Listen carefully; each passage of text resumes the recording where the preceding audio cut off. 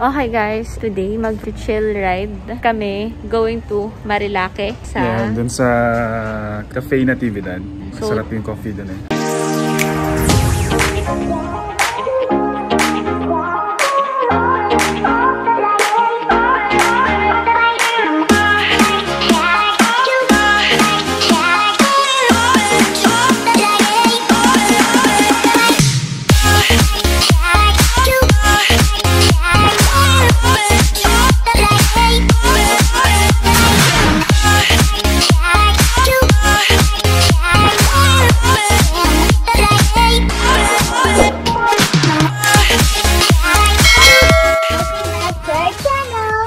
First time to ni Mrs. na na nag-agree na mag-join sa gantong ride. Kasi dati, tataka nga ako kasi dati nung naka-CRF ako, pag nagra-ride kami, ayaw niyang sumama. Pero nung nag-CBR na ako, I think pag sports bike talaga, I think mas attractive sa mga Mrs. I'm not sure.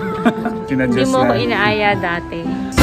Iba talaga pag sports bike. Hindi kasi ngayon guys, marami pa kasing kailangan yung motor niya. Kailangan pa ng slider, madami pa siyang kailangan. Kaya niya ako inaayang mag-ride. So yung point here is hindi dahil sa bike, kaya hindi ako sumasamang mag-ride. It's just that ngayon niya lang ako inayang mag-ride. O siya, sige na, quick ano lang to, quickie date ride lang. Yes. Okay, update na lang.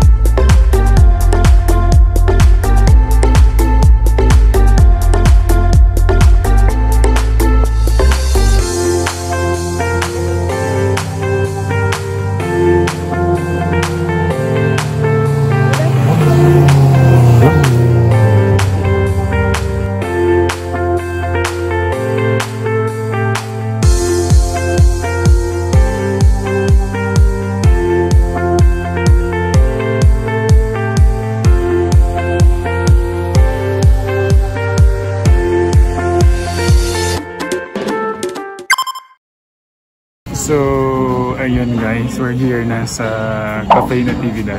Hindi naman siya ganun ka malayo. Tsaka maganda mag-ride ngayon kasi wala masyadong tao. Pero, akala ko konti lang tao yun dito, pero dami pa rin pala. Konti yung mga riders, pero marami rin mga pumupunta na ng mga naka 4 wheels. So ikaw, kamusta naman ang iyong experience? So, ayan. Feeling ko kailangan natin ng GoPro para hindi na mag-work yung iPhone. Kasi ever since we started this YouTube puro lang iPhone no? I think it's it's time.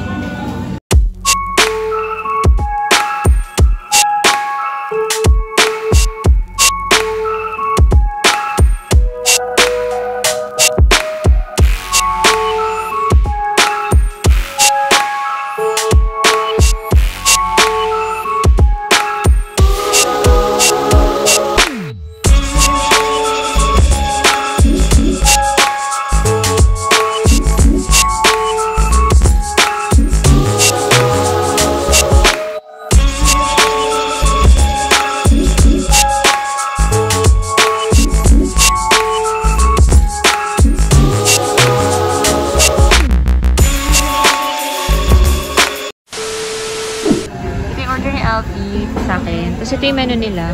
So, meron silang iced coffee, hot. Tapos meron din silang non-coffee drinks. So, kung may mga kasama kayong kids, okay lang. Tapos, meron din silang pasta, chicken wings, all-day breakfast. Ito yung mga pizza nila. Tapos, meron din silang mga ulam talaga. Kare-kare, sinigang, ganyan. So, hindi na siya for breakfast. In fairness naman sa selection nila, madami. Tapos, meron din silang mga cakes. So, meron din silang mga dessert. And, in fairness, yung sa presyo nila, affordable, no? Hindi siya yung sobrang taga. Kantay lang namin yung food namin. Sige. Pinagtatawa na. Ba't mo ako yung tatawanan? Kasi yung pangit ng jacket mo eh. Feeling ko mababash tayo dito eh. Kasi yung rider, naka-padded jacket yung wife. Pang simbang gabing jacket. Okay, so, sobrang kuripot kasi. Ayaw bumili ng riding gear, pero gusto mag-ride. Aminin. Dati kasi ayaw niya mag-ride, like ayaw niya talaga. Tapos ngayon parang sabi niya kanina, saan ba pwede mag-training kung paano mag-motor? Tapos ang tinanong ko siya, ano bang gusto mong motor? Kinakabahan ako syempre, sabi ko na tayo, out of budget kapag ikaw rin, humirit rin ng big bike. Patay tayo diha. Hindi, gusto ko muna matuto. Turuan mo muna ako sa motor mo. Hindi nga po pwede doon, mabigat yun. So, yun guys, mukhang mas ma-addict ko sa akin mag-ride. Kanina kasi pasimple lang pasimpleng tanong lang. Sabi niya, parang gusto kong bumili ng jacket. Pero dati nung tinanong ko siya, tara bilhin tayo ng jacket mo, bilhin na tayo ng padded jeans, padded jacket para sa'yo. Sabi niya, hindi na kailangan yan, mahal-mahal yan.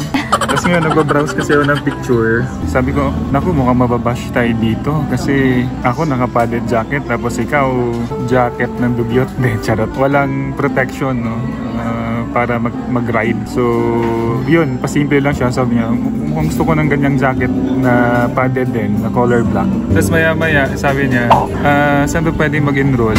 Mag-practice ng driving. Tapos maya-maya sabi niya, ano maganda kayong big bike para sa akin? So, napaisip ako, sabi ko, oh my God. So, paano pag humirit din siya ng isa pang big bike? Magra-run out of budget na tayo niyan. Baka mamaya, mga anak natin, paaralin ko na lang yun sa tanggalin ko sa private school yun, paaralin ko na lang. Matuto kayo dyan. Here's the food na... Ay, sarap. Yun, fairness packs plating.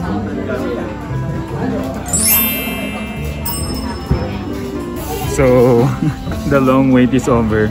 Medyo marami din kasing customers. So, natanggalan ang aming order. Pero mukhang masarap naman. So, parang sulit naman ang pag-aantay.